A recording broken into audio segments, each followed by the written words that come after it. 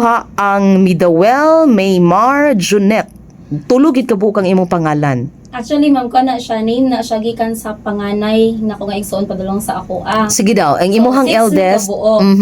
Si, ang me, Michelle, the Aida, Emmanuel, ang May, Luna May, and ang Mark kay Marsha May. Dahil Junette, dahil ako muna siyang ako, ma'am, kay kanang June 8 ako birthday.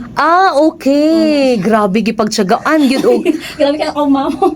ngano man, nganong nahuna-hunaan sa imong mama nga i-combine ang tanang pangalan. Kaya kung nandito yung story nga, naburo si mama sa ako, kay nakalimot siya take sa iyong pills. Grabe. So, kung ano gani siya, unplanned.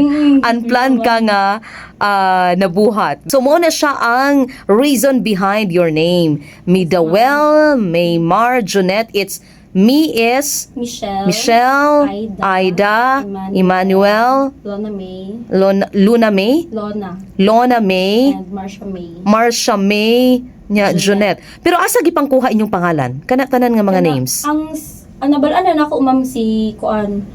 Tong Lona May kay May daw iyang birthday. Okay. Then, ang Marsha May kay doktor man to nagpangalan sa akong ate gid, so murag random ra pud kay wala na ako kabalo sa kanang the rest sa history sa ilang mga ngalan. Ang sunod nimo nga igsuon? Si Julia. Kung usa ka taas ako ang mama pud ka short lang. Ikaw ang pinakataas og name, no? Kay abi man good nga kuan ako ang kamanghuran. So kuan na unta to conclusion. Wala ko conclusion na. Wala na. Summary na di ito sa unta ang imuhang kuan. Pero nganong nasundan pa ka? Kay kuan year 2008 kay nang namatay akong kuya. Moto siya niya. Si Emmanuel. Mo na siya, ma'am niya. Only nga nga lalaki unta. 2008. Dayon Nabus, balik ako ang mama. Muna yung to, kanang yan lang nila Julia kay July man siya natawo.